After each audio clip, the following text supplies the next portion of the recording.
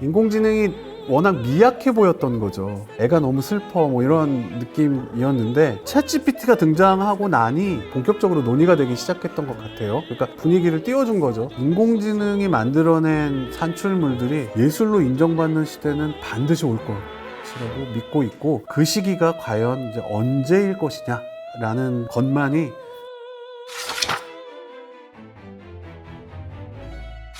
안녕하세요. 외진골목의 골목대장 박외진입니다. 오늘은 여러분들과 생성형 AI가 만들어낸 작품들에 대한 저작권은 어떻게 될까에 대한 내용을 같이 알아보려고 합니다. 저작권 하면 뭔가 그 자체로 재미가 없을 이야기인데, 한번 재미있게 저랑 같이 골목 안에서 산책을 하시면서 이야기 나눠보시죠. 그럼 같이 가보시겠습니다. 오늘의 골목 피규어는 짠! 짱구에 나오는 원장 선생님 아니고요. 네, 원피스의 볼사리노 캐릭터 되겠습니다. 제가 이 캐릭터를 왜 가져왔냐 하면요, 일단 이렇게 멋있는 아저씨들이 열연한다는 것 자체가 중년인 저로서는 매우 위안이 되는 일이기도 하고, 사실 이 캐릭터가 뒤에 정의라고 써 있거든요. 볼사리노의 핵심 가치가 애매하게 가는 정의예요. 근데 이게 지금 인공지능 시대의 저작권의 어떤 논의와 일맥상통하는 것 같다는 생각이 들어서 볼사리노와 함께 산책을 해보겠습니다. 우선 인공지능의 저작권을 얘기하기 전에, 그럼 인공지능이 저작권을 논의할 만한 수준의 작품들을 만들어내고 있는 현실에 대해서 먼저 얘기를 나눠보고자 합니다. 여러분들 교보문고나 대형 서점에 가시면 이런 책들을 보실 수가 있어요. 인공지능으로 영화 만들기, 인공지능으로 광고 만들기, 뭐 이런 책들 보실 수 있거든요. 그러니까 요즘에는 생성형 인공지능을 어떻게 잘 사용하냐에 따라 가지고 누구나 영상도 만들고 뮤직비디오도 만들고 광고도 만들 수 있고 막 이런 시대가 온 겁니다. 예를 하나만 들어볼게요. 우리가 영화를 만든다라고 가정을 해보면 대본이나 스토리보드는 챗GPT로 만드는 겁니다. 챗GPT나 클로우드 같은 걸 이용해서 대본을 만들어요. 그런 다음에 그 대본에 나오는 각 장면들에 대해서 이미지를 미드전이나 달리로 만듭니다. 그런 다음에 대본과 이미지를 이용해서 그 씬의 영상을 생성을 시킬 수가 있습니다. 이때는 젠3, 드림머신 또는 클링 뭐 이런 생성형 AI를 쓰면 각 씬마다 영상을 만들 수가 있어요. 그러면 이제 영화가 나왔잖아요. 그럼 이제 배경음악을 넣어야 되죠. 이럴 때는 제가 원하는 음악을 서너나 타입캐스트 같은 인공지능으로 만들어서 넣으면 됩니다. 그런 다음에 뭐 캡컷이나 파이널 컷이나 이런 걸로 영상 편집하면은 영화가 한 편 나오는 겁니다. 근데 뭐 배우 섭외도 없었고 뭐 음악과 관련된 딴 사람도 없었고 1인 창작이 가능한 것이죠. 실제로 이렇게 인공지능을 이용해서 영상이 많이 만들어지다 보니까 세계 각국에서는 인공지능 영화제가 열리고 있어요. 2024년 부천 국제 판타스틱 영화제에서는 AI 영화 경쟁 부분이 추가됐습니다. 작품상을 레오 캐논이라는 감독이 연출한 할머니들은 어디로 떠난 걸까? 라는 작품이 수상을 했는데, 감독이 직접 4일 만에 만들었다고 밝히고 있습니다. 두바이에서는 AI 기술과의 공생을 강조하는 국제 AI 영화제가 처음으로 열렸습니다. 그리고 자랑스럽게도 이 영화제에서 대상을 수상한 작품이 권한슬 감독이 제작한 원모 펌킨이라는 작품이 대상을 받았습니다. 와, 이 영화제의 이 부분에 500편이 출품이 됐대요. 근데 이 중에서 10편이 경쟁 부문에 선정되었고, 그 중에서 1등을 했으니까 이제 굉장한 영화라고 볼 수가 있죠. 이 영화의 모든 장면 역시 실사 촬영이나 컴퓨터그래픽 보정 없이 순수하게 생성한 AI로만 5일 만에 만들었다고 또 알려져 있습니다. 이 밖에도 부산 국제 AI 영화제라는 것도 작년에 시작이 됐고요. 칸에서도 AI 영화제 페스티벌이 있습니다. 세계 인공지능 칸 페스티벌이라는 또 영화제가 있어서 생성형 AI로 만들어진 수많은 작품들이 출품이 되고 있는데, 이런 영화제들의 특징이 영화뿐만 아니라 그 영화에 사용된 인공지능 기술과 관련된 회의, 그리고 시연, 투자 설명회, 전시회 이런 것들이 같이 열리는, 어찌 보면 예술을 하는 분들과 인공지능을 하는 분들이 함께 모이는 축제의 장으로서 그 그 역할을 많이 하는 것으로 알려져 있습니다. 이렇게 참 많이 인공지능을 이용한 예술품들이 점점 더 각광을 받고 있다는 건 인공지능 하는 사람으로서 매우 좋은 일인 것 같고, 이런 시기이기 때문에 그러면 이 만들어진 영화는 사람이 만든 거냐 인공지능이 만든 거냐라는 논쟁이 더 뜨겁게 불타오를 수밖에 없는 것 같습니다. 일단 국내의 경우부터 살펴보면 한국저작권위원회에서 작년 1월에 발표한 생성형 인공지능을 통한 산출물의 저작권과 관련된 가이드라인이 인터넷으로 공개되어 있습니다. 그게 작년 1월에 발표된 게 최신이고 아직까지 업데이트가 되어 있지 않는 상황인데요. 2024년 1월에 발표됐다 보니까 2023년까지의 판례들을 기준으로 만들어져 있거든요. 그 가이드라인이 제일 뒤에 보면 질문에 대한 대답 형식으로 저작권에 대한 설명을 하고 있는데, 5번째 질문에 AI 산출물은 저작권법으로 보호될 수 없는 건가요? 라는 질문이 들어있고, 저작권 의원회의 답변은 이렇습니다. AI 산출물은 저작권법으로 보호될 수 없습니다 라고 명시하고 있습니다. 그래서 저작권법에서는 인간이 만들어 창작성을 인정할 수 있는 저작물을 보호 대상으로 하고 있다. 따라서 인간이 아닌, 그리고 여기 왜 이렇게 표현을 했는지 모르겠지만, 동물이나 인공지능이 만들어낸 산출물은 저작권법에 의하여 보호가 되지 않는다 라고 일단 명시하고 있습니다. 이거를 깔고 이제 논의를 시작하자 라는 것이죠. 이런 상황은 미국이나 유럽, 일본도 마찬가지입니다. 기본적인 원칙은 AI가 만들어낸 산출물에 대해서는 저작권법 보호 대상이 아니라고 명시를 하고 있습니다.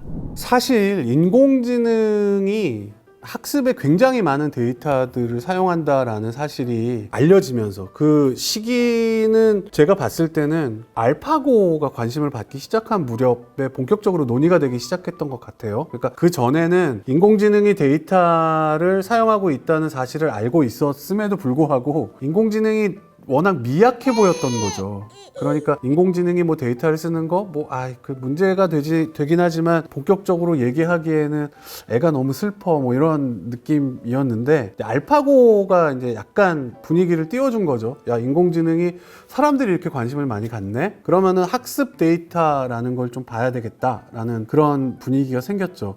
원래 인공지능이 저작권법과 관련되어 있는 부분은 크게 두 가지인데요. 하나는 인공지능의 입력에 대한 부분입니다. 그러니까 입력에 대규모 학습 데이터가 사용되죠. 그러니까 이때 데이터가 갖고 있는 저작권의 이슈가 있는 거고, 두 번째는 인공지능의 출력에 대한 거거든요. 그럼 출력이 된 데이터, 이게 AI 영화일 수도 있는 것이죠. 이 만들어진 영화들이 저작권을 침해했거나 이것 자체가 저작권을 가질 수 있느냐, 이렇게 두 가지 이슈로 현재는 논의가 되고 있습니다. 즉 인공지능을 가운데에 놓고 입력에 대한 저작권, 출력에 대한 저작권. 근데 알파고부터 챗GPT 이전까지는 입력에 대한 저작권만을 놓고 생각을 했던 겁니다. 특히 어떤 게 필요하냐 하면은, 데이터가 입력이 되면 인공지능에 바로 들어가는 게 아니라 이 데이터가 인공지능에서 활용될 수 있는 형태로 변환이 되거든요. 이 변환이란 과정을 보면 복사가 필연적으로 수반이 돼요. 그러니까 그러면 저작권에서 민감하게 생각하고 있는 저작물의 복사가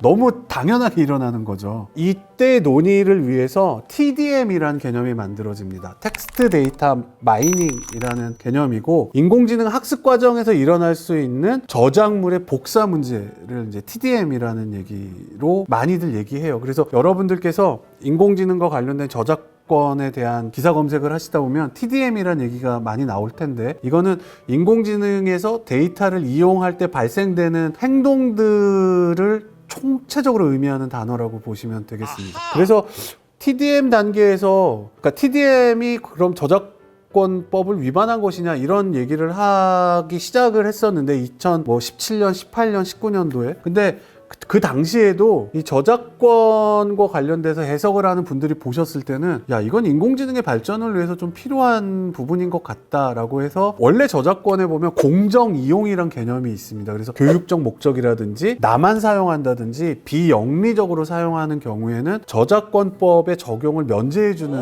그런 개념이 있거든요. 그래서 원래 TDM 과정에서 저작물의 복사가 일어나나 공정 이용의 일환으로 보자라는 애매모호한 그런 해석으로 저작권이 어느 정도는 가려져 있었습니다. 그러다가 챗GPT가 등장하고 나니 입력에서 사용된 데이터를 비슷하게 만들어내는 장면을 목격하게 된 겁니다. 그래서 인공지능이 만들어낸 출력에 대한 저작권에 대한 이슈가 본격적으로 터져나오기 시작했고, 사람들이 갖는 뜨거운 관심이라는 것이 저작권법을 집행해야 되는 정부 당국을 움직이기 시작했습니다. 그래서 출력물에 대한 저작권뿐만 아니라 입력에 대한 저작권도 다시 보자. 지금 이게 현재 저작권법과 관련된 각국의 움직임이라고 보시면 될 것 같습니다.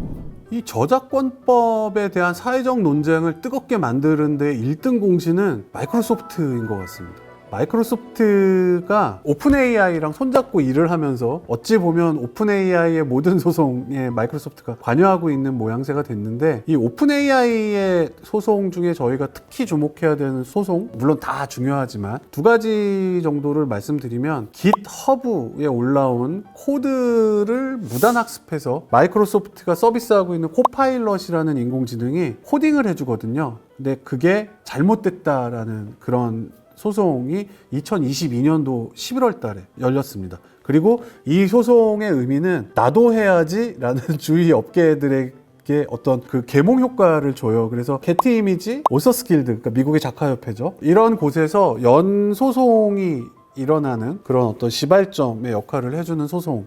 이 깃허브 소송이고요. 그리고 이제 본격적 소송으로서 어찌 보면 이제 사람들에게 회자가 되기 시작했던 게 뉴욕타임즈의 소송이라고 말씀드릴 수가 있습니다. 그래서 뉴욕타임즈의 소장 첫머리가 되게 멋있어요. 여기 무슨 말이 나오냐 하면은 독립 저널리즘은 민주주의의 초석이다라는 말이 나옵니다.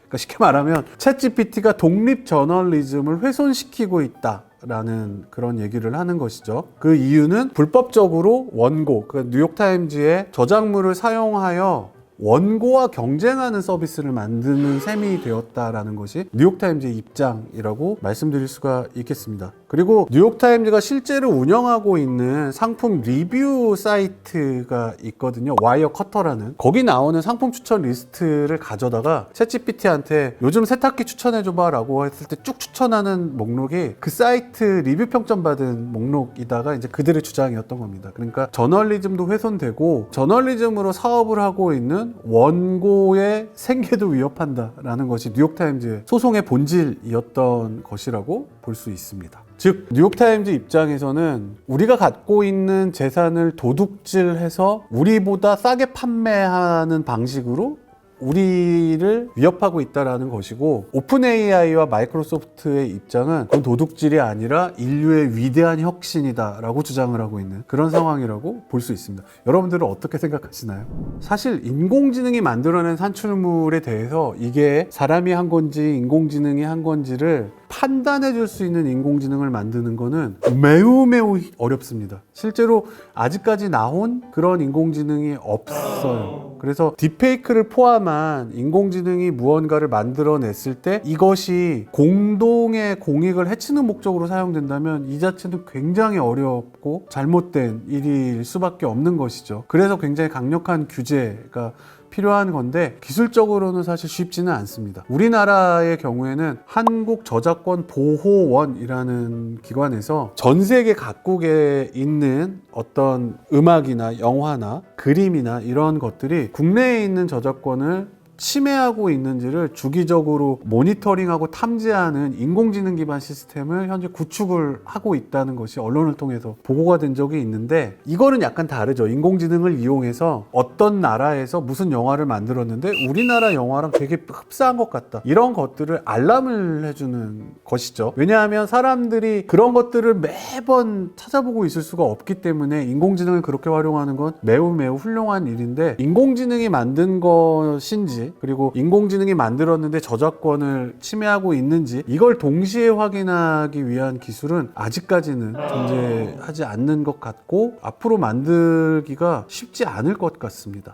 그래서 지금 우리나라에서 만들고 있는 시행령, 이미 작년 12월 23일에 국내 인공지능 기본법은 법안 통과는 했고요. 지금 시행령 마련을 앞두고 있는 상황이거든요. 아마 올해 말 정도부터는 시행되지 않을까 싶은데, 여전히 우리나라 인공지능 기본법 안에서도 저작권과 관련된 부분이 부재한 것 같다라는 것이 저작권위원회를 비롯한 시민사회의 아쉬운 목소리로 계속 나타나고 있는 상황입니다. 인공지능의 저작권 문제에 대해서 명확한 기준이 없는 상황이라 하더라도 워낙 사회적인 이슈나 소송 같은 것들이 계속 연이어 발생하고 있기 때문에 실제로 오픈 AI나 앤스로픽, 클로드를 운영하고 있는 앤스로픽이나 메타는 두 가지 입장을 동시에 추진하고 있는데, 하나는 좀 전에 말씀드렸던 공정 사용, 공정 이용에 해당된다고 일부는 주장을 하고 있고요. 일부는 라이센스 계약을 체결하는 이 두 가지 방식을 동시에 사용을 하고 있습니다. 그래서 이런 경우는 인공지능의 입력에 해당하는 데이터들의 저작권에 대한 것이죠. 그리고 이런 주장을 가지고 지금 직면에 있는 소송들을 현재 진행해 나가고 있는 상황입니다. 그리고 실제로 오픈 AI나 앤스로픽이 투자를 많이 받은 그 배경에는 데이터 라이센스 비용을 지불하기 위한 목적이라는 것이 이미 널리 알려져 있는 사실이죠. 특히 EU에서 시행하고 있는 올해 2025년부터는 이제 모든 AI 기업들이 따라야 되는 AI 기본법 안에는 AI 기업들이 어떤 종류의 데이터를 학습을 했고 그 데이터에 대해서 라이센스를 갖고 있는지를 반드시 공개하도록 되어 있습니다. 모든 라이센스를 공개를 해야지 EU 내에서는 AI 서비스를 할 수가 있게 되어 있어요. 어쨌든 지역적으로 이런 저작권에 대한 라이센스 이슈 같은 것들이 조금씩 차이가 있다 보니까 어떤 지역에서 인공지능 서비스를 할 것이냐에 따라서 라이센스 구매 또는 적절한 공정 사용의 주장 같은 것들이 전략적으로 선택 운영되어지고 있는 것이 지금 빅테크들의 현실이라고 말씀드릴 수 있겠습니다. 카메라가 처음 나왔을 때 그림을 그리는 예술계 쪽에서 사진은 예술이 아니다라고 말씀을 많이 하셨습니다. 그 이유는 뭐냐면 이미 존재하는 거를 담아내기 때문이라고 한 것이죠. 그래서 적어도 그림을 그리는 분들 입장에서는 그냥 존재하는 사실을 담아내는 행위가 어떻게 예술이 될 수 있는지에 대해서 끊임없이 공격을 하셨던 것입니다. 근데 사진을 하시는 분들은 실제 존재하는 것에 대한 작가의 해석이라고 그 주장에 대해서 끊임없이 저항을 하셨던 것이죠. 그리고 사진을 조금이라도 관심이 있으신 분들은 아시겠지만 실제로 존재하는 공간을 작가의 어떤 의도와 그 의도에 맞게 빛을 조절하면서 새롭게 만들어내는 과정이거든요. 지금은 누구도 사진이 예술의 한 영역이라는 것을 부정하고 있지 않습니다. 저희는 어쩌면 카메라가 처음 나왔을 때 사진이 예술이 될 수 있느냐 없느냐에 대한 논쟁을 하고 있는 그런 시기에 살고 있는지도 모르겠습니다. 바꿔 말하면 저는 인공지능이 만들어낸 산출물들이 예술로 인정받는 시대는 반드시 올 것이라고 믿고 있고, 그 시기가 과연 이제 언제일 것이냐라는 것만이 문제라고 저는 생각하고 있습니다. 어느덧 골목을 빠져나오게 되었습니다. 여러분들과 오늘 인공지능의 창작과 그 창작의 권리에 대한 얘기를 하다 보니까 시간이 벌써 이렇게 늦었어요. 재밌으셨습니까? 오늘 외진 골목은 여기서 인사드리겠습니다. 다음번에는 더 재밌는 이야기를 갖고 어디 저작권에 걸리지 않는 이야기를 꼭 갖고 나와서 여러분들과 재밌게 이야기를 나누도록 하겠습니다. 지금까지 외진 골목의 골목대장 박외진이었습니다. 감사합니다.